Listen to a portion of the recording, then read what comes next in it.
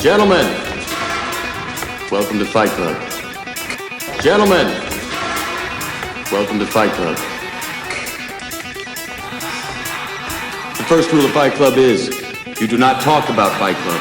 You do not talk about Fight Club. You do not talk about Fight Club. The second rule of Fight Club is, you do not talk about Fight Club.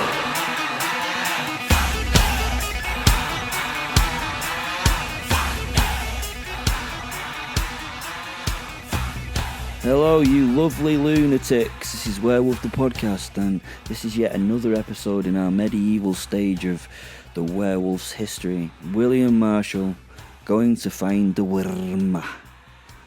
Follow us on all the social media and stuff if you want to. It's all down in the description. You can buy books. You can talk to us on the Facebook group. You can just do whatever you want. If you'd like to share us, that would be wonderful. If you want to follow us on the platform that you listen to us, that would be great. There are comments you can give. There are reviews. You can be part of this amazing thing that is happening. Werewolf the podcast. So back to the story. Bye. Well, not bye, because I won't, because you, yeah, I'll shut up. So, here I am, somewhere in the wilds. I have a bull on a chain around its neck with the anchor of a small boat dangling from it. Percy, Gervais, Fenrir and I sit a length or so from the cave mouth, waiting. I know this sounds awfully strange to you, but we were literally anglers in this case. No, not anglers of the river. No fish was our prize on this outing. We were fishing for dragon. I know, it seems like a mad statement to make, but here we sit, waiting for the creature to take the bull we use as bait. Let us move to the future moment when I returned home to the Château de Tancerville. I walked into William de Tancerville's reception room. It was a large, imposing room with huge, rich tapestries and all the fixings of a wealthy nobleman. He was reading and busy, and I thought that I would make a statement. I threw the sack that was in my hand on the table in front of the Lord de Tancerville. It was a somewhat bloody sack. Well, it was a very bloody sack and the source of a vile stench after its weeks on the road. It bounded with a thud, leaving a bloody and worse trail where it had made contact with the wood. My lord looked up and then a little affronted at this. I had probably been a bit too daring, doing the throwing like. Seemed like an impressive manner of bringing him the news, though. Well, that was a mistake, wasn't it? Said my invisible wolf soul in my mind. What is this, Will? Asked de Tancerville, his anger apparent. Yes, by his tone, I had undoubtedly done the wrong thing. It is the golden fleece that I got as a reward for my efforts, sir, I said as I approached the dais where he sat. I agree it's not as beautiful as we thought, or as golden at the moment, but it was as close to the fleece as we could get. I sat myself on the edge of his table while he stared at the bloody bag before him. The old man ain't gonna like this level of presumption either, Will. Again, a note from my best friend Fenrir. May I ask why so bloody? De Tancerville asked, running a finger through the blood track that the bag had left, then lifting that digit and showing me the mess on its tip. I tried to show a little contrition with my look. Oh, well, it was a bloody awful mission, sir, I replied, trying to make a jest of the situation. It did not work. My lord harumphed, his disapproval clear while he stared at me sitting on the edge of the table. It took a while for me to realize that he didn't want me to sit on the edge of the table, and it was with a little embarrassment in front of his guards that I removed myself from it and took a couple of steps back before facing him again while sorting my surcoat. Told you, William, You need to bloody listen to me, right? Said Fenrir. Eventually the old man's grey eyebrows unknotted, and he nodded his approval at me. You have to remember I was young at this point and sometimes overstepped my boundaries. I should really listen to Fenrir. I really should. The men behind him were smirking and holding attention. My behaviour seemed to have reached an acceptable level now. Eventually, with his disapproval evident, he opened the bag and looked inside. He stared at its contents for a while, trying to figure out what it was. His face changed to a look of surprise, and then disgust. He stood up quickly, his seat shooting backwards from beneath him, and with a flash of anger in his face, he shot me a stare that knocked me a little with its violence.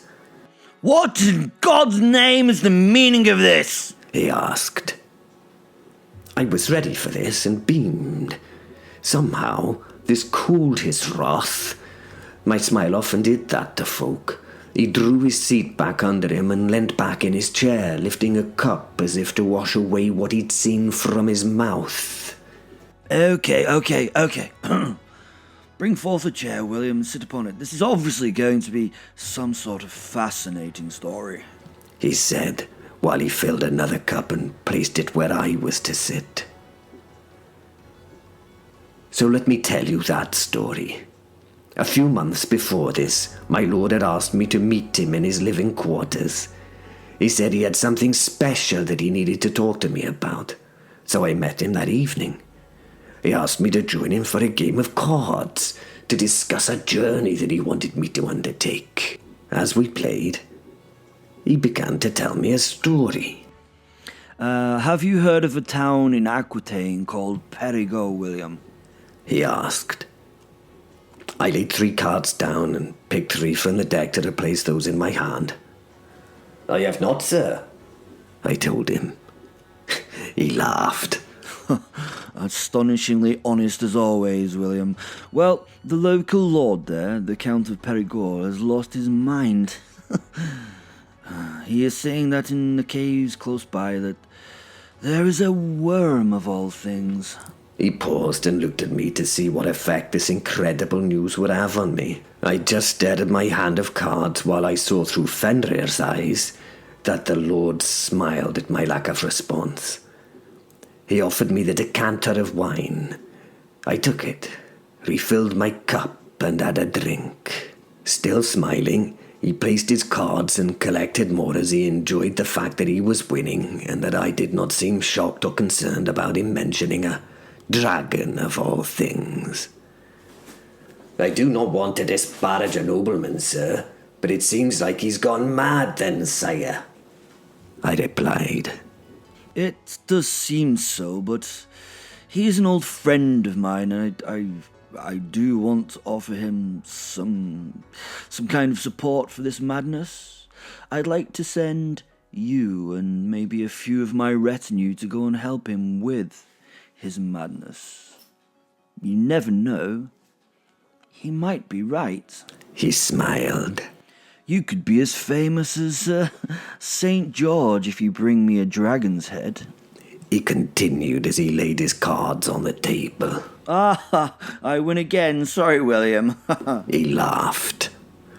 Oh, God help me, I thought as I looked at his winning hand. I owed him so much already from all my losses. Aquitaine is a long journey for a joke, my lord, I told him as I dropped my cards on the table and gathered the pack to sort and reshuffle for the next game. It is indeed, but he is offering a vast reward. He says he has a golden fleece of all things, made in homage to the Greek stories. I believe it is a very precious piece, and I know you could do with the money in your coffers if you were to meet and kill a so-called worm. I believe you could do with some money in your coffers. You could do with it, couldn't you, William? I laughed and nodded. I certainly could, my lord. I certainly could. Maybe I could even get my horse back if you are successful. He laughed. And as your lord and friend, if it is a false journey, then I do promise to make it worthwhile. I will let you keep my best damned horse," he said with a somewhat exasperated tone. "I will hold you to that, Lord," I replied, looking at him. "You will also be able to afford to pay me back what you owe me from your badly played games, William, won't you?" To which we both laughed. The next morning, we set off for Aquitaine. I will not go into the details of the journey, as it was long and tedious and had little or no violence. Fenrir had the most fun, as he ran wild in the woods. Sadly, the brigands that we were told to look for on the road tried none of their cowardly business with us. Our colours were well known, so they let us be. They obviously faded into the forests once they saw us on the road. I had taken on Llewellyn as my squire, Welly as we called him. He was a strong lad who was either brave or an idiot. I did not know which at this moment. Maybe if this journey actually had the worm waiting for us, we would find that out. A worm. A dragon. Ridiculous. A wasted journey. But if my Lord de Tancerville kept his promise, it would be well worth it for me. I patted my destrier's neck. Well, he would be my destrier soon enough. I'd heard of dragons only in stories. A race of gigantic creatures that was scaled like a snake. Some had wings, some had legs. They seemed to be a complicated group of beasts. I had seen a skeleton of such a creature many years before. Its bones were made of the elements of the earth. They were stone, and nothing of their flesh remained, just a huge, bony image of what the creature might have been. It had been found in caves and brought to a local monastery, where the monks pieced it back together as proof of the validity of the worm's existence. There were no longer any living examples known of. Why, I knew not. But I'd never heard of any such creature in my lessons or in news from other lands. So I assumed this would be a fruitless journey. There were 3 knights, baggage, and the followers we would need for this journey in our retinue. Gervais, my friend, was with me. A large, blonde-haired bear of a man. Overly fond of wine and women he was. But he was good with a blade and loyal. He was fun to have in the group, although we became much embittered at the lack of his favourite things on this journey. Apparently a man was not supposed to sleep in the wild. We had buildings for a reason, so he told me. I suppose he was right, but I must admit, I rather liked the nights below the canvas in the wild. It allowed me to explore the locals in my wolf form. The other knight was Percy.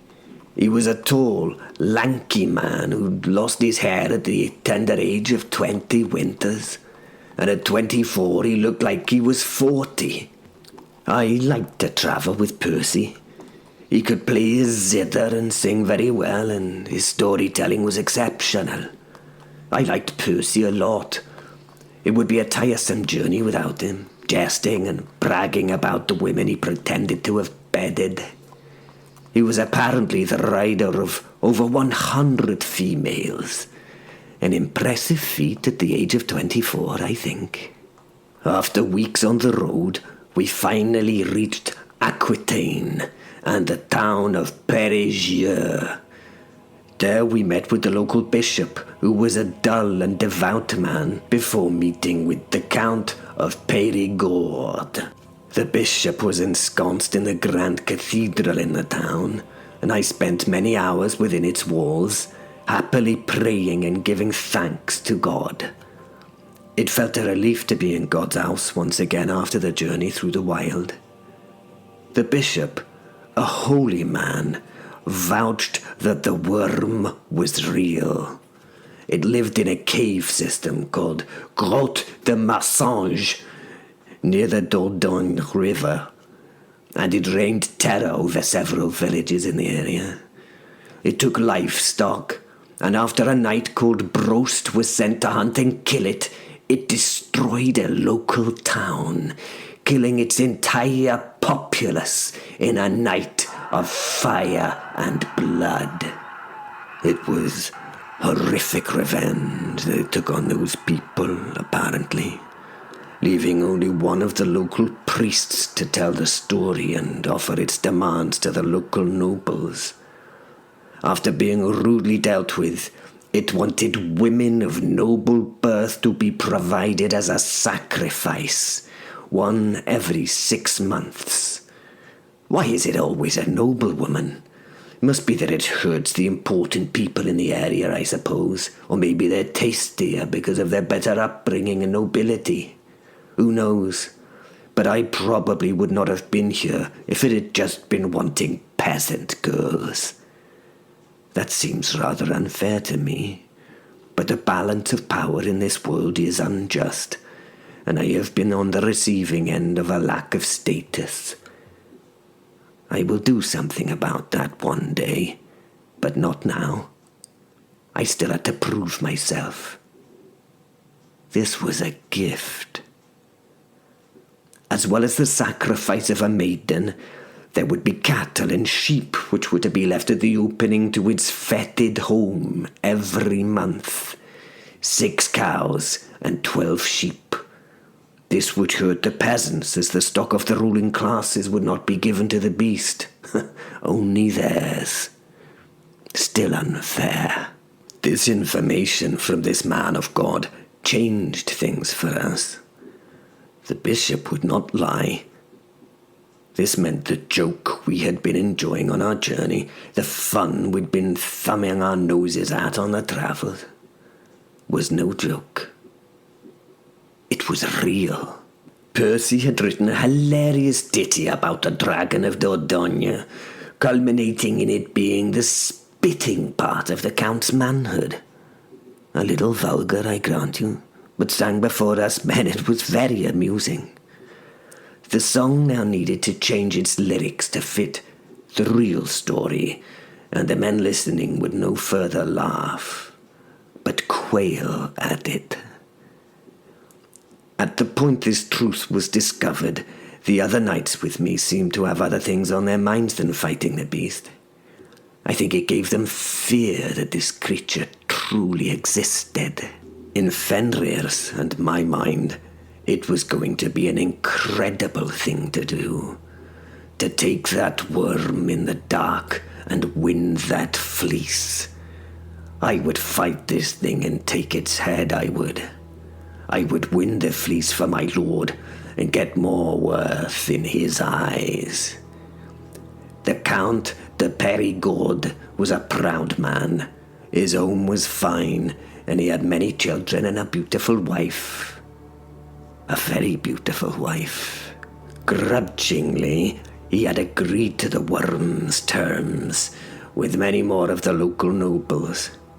He had agreed that the worm would have a noble lady every 6 months, and that this would be done by lottery from the local house nobles that were in the area. The problem was that the third lottery winner, in this case the loser, had been his own daughter, his beloved Emma. She was a captivating flower of his loin, which he doted upon. He had not cared for the loss of the other nobles. He had not cared for the loss of the local peasant community at the taking of their beasts. But this was his daughter, for God's own sake.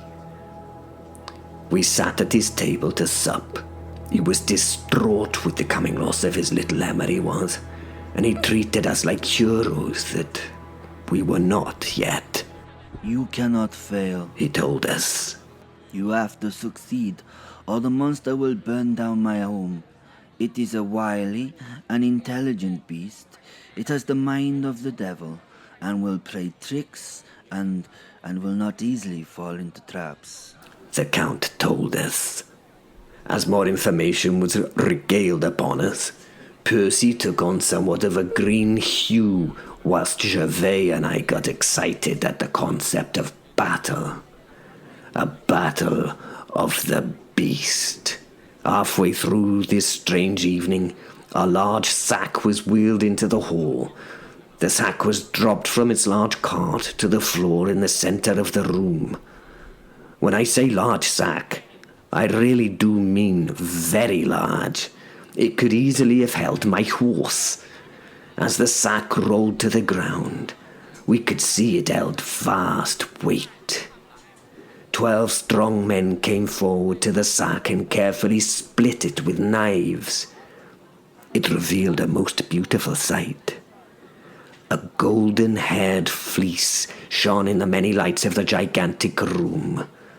Not only was their gold spun into the fine threads that resembled the hair, but the fleece sparkled with precious stones. It was one of the most beautiful objects I have ever had the honour of seeing, and it really took my breath away, it did. For the Count to put this incredible thing up for the killing of the dragon increased the intensity of the fire in my heart to do the deed. I would be made as a man if I won this day. The crowd was excited and conversation thundered about the room. The Count eventually got to his feet and waved those present into silence before pointing at the split treasure on the floor. Quiet! Quiet!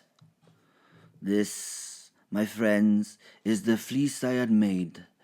Pure gold spun to represent the wool of it. Diamonds in their thousands depict the droplets of rain that fell upon the surface of it. This, kind sirs, will be yours if you defeat the dreadful foe. Cheers filled the room. This golden fleece is the greatest representation of my wealth, and I would happily be parted from it for your work. He told the assembled throng with some sadness. I looked to my fellows and saw Gervais's face was full of avarice. Percy was frozen, a cup at his lips.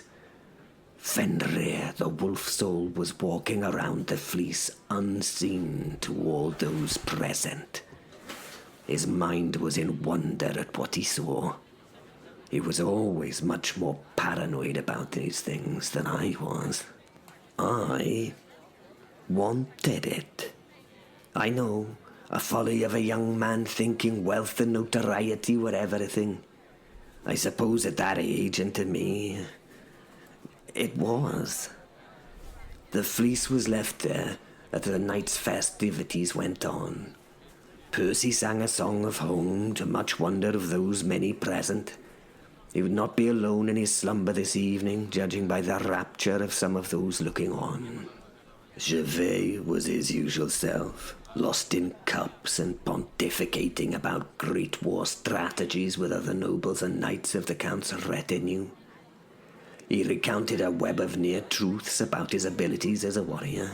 The night was pleasant, and I had already asked my wolf soul to go and find the nest of this worm so we could get some information on the beast before planning its demise.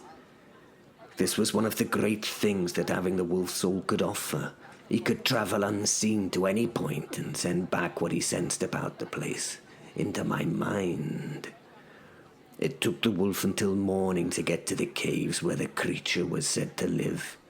The entrance was vast at the base of a cliff and strewn with the putrid litter of the dragon's meals. Beast's bones were mixed with those of its human victims in vast piles at either side of the entrance of the cave. Those bones were a warning from the creature about what would be the outcome of entering the home of such a thing. The piles were large and worm and fly-ridden.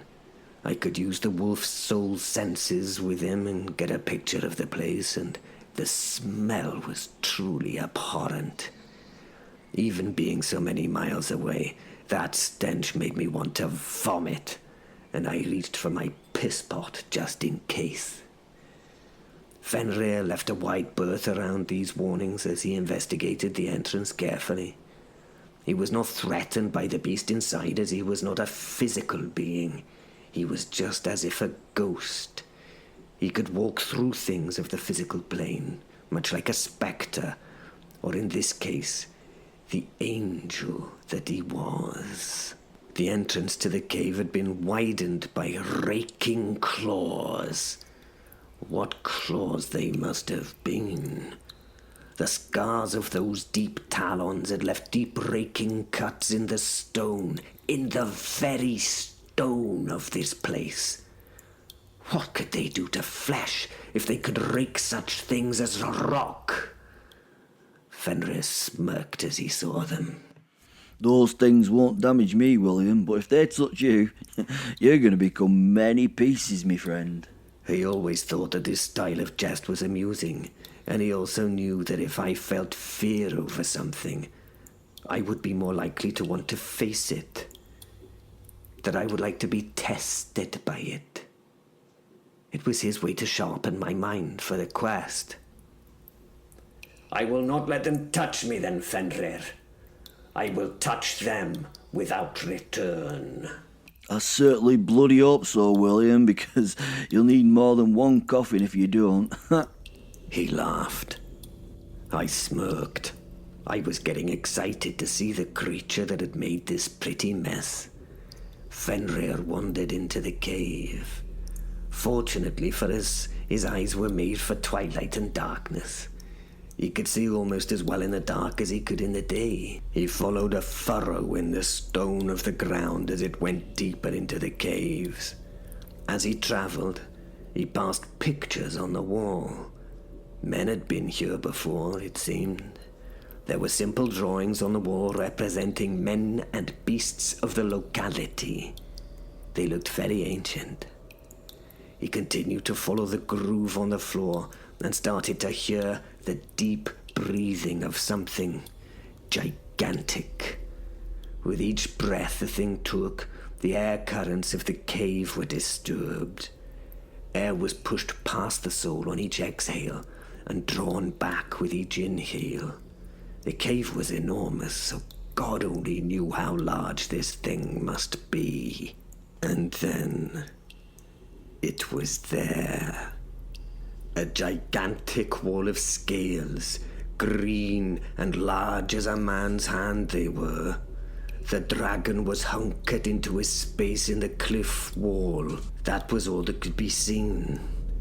When gone to ground, the creature obviously pushed itself into this gap. Maybe for comfort. I could not see this creature needing this retreat to be safe from attack. What would attack this behemoth? Oh, me. The monster was not lying on a pile of treasure as I expected. The floor was clear. It had obviously been scraped clean by the beast's transit in and out of this space. The scales of its skin looked hard and much thicker than the plates we wore. I could not imagine any weapon piercing this reptilian armor. So this was it. The worm. Its body was huge, going from the floor to the top of what Fenrir could see at the ceiling. The visible piece of it was some 10 feet tall, which gave us no clue of its actual size. The stench in the place was sulphurous, combined with that of rotting flesh. I still did not fear the monster. I was intrigued by it. I needed to see its whole being, but how could I do that as it hid in this hole? I see you, came a sibilant voice to Fenrir's ears. Fenrir turned to the place where he felt that voice had come from. It was behind. The soul turned to what seemed to be a passageway. Deep in that dark were 2 glittering red lights, like giant rubies under candlelight. those red orbs glittered. As Fenrir focused and reflected on what they were, he realized they were the beast's eyes. The eyes then shone brighter and became larger as the head of the dragon moved forward slightly within the dark passage. "I see you, wolf," said the voice that could only be that of the monster. The next moment, without warning, the snake-like head launched itself forward and snatched with a huge gaping maw at the wolf. Fenrir did not flinch as the jaws closed around him. Why would he? He could not be hurt. He could not be touched. The giant snake-like head laughed with pleasure at taking the wolf. But what was this? It had nothing to grasp. No thing was in its mouth.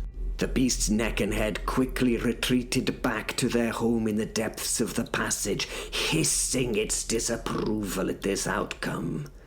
It could see the wolf was still there, exactly where it had been when it had leapt at him. Fenrir, and I as his twin, could almost taste its confusion, and we projected an element of smugness. The worm felt a little fear.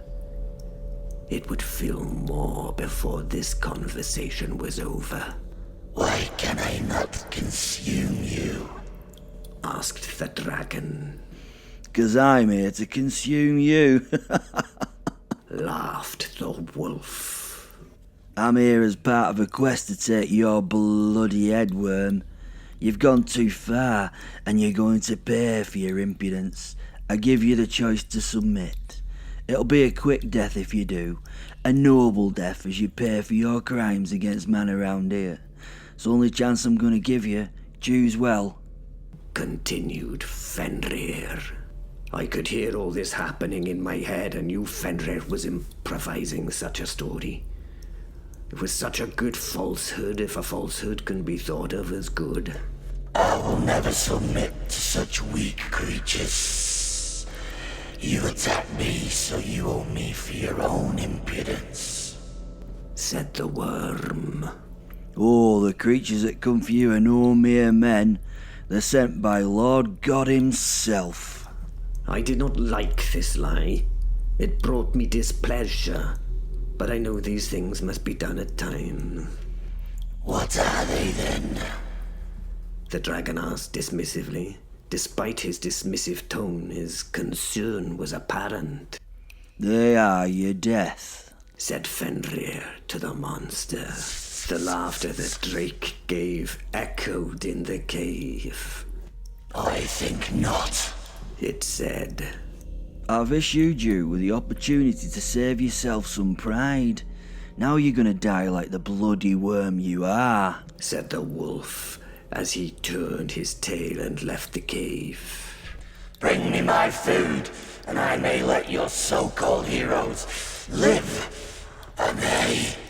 shouted the dragon, although his voice now lacked confidence. Oh, how Fenrir and I laughed. We had disturbed the worm, but now we would have to kill it. That is why I have a bull on a chain. That is a collar around its neck, with the anchor of a small boat dangling from it. Percy, Gervais, and I sit a length from the cave mouth, waiting. After today's story, I hope this does not sound so strange to you. But we are anglers. No fish our prize, though. We are fishing for dragon. I know, it seems like a mad statement to make. But here we sit, waiting for the creature to take the bull we use as bait. And when it does, what then? God in heaven, only knows.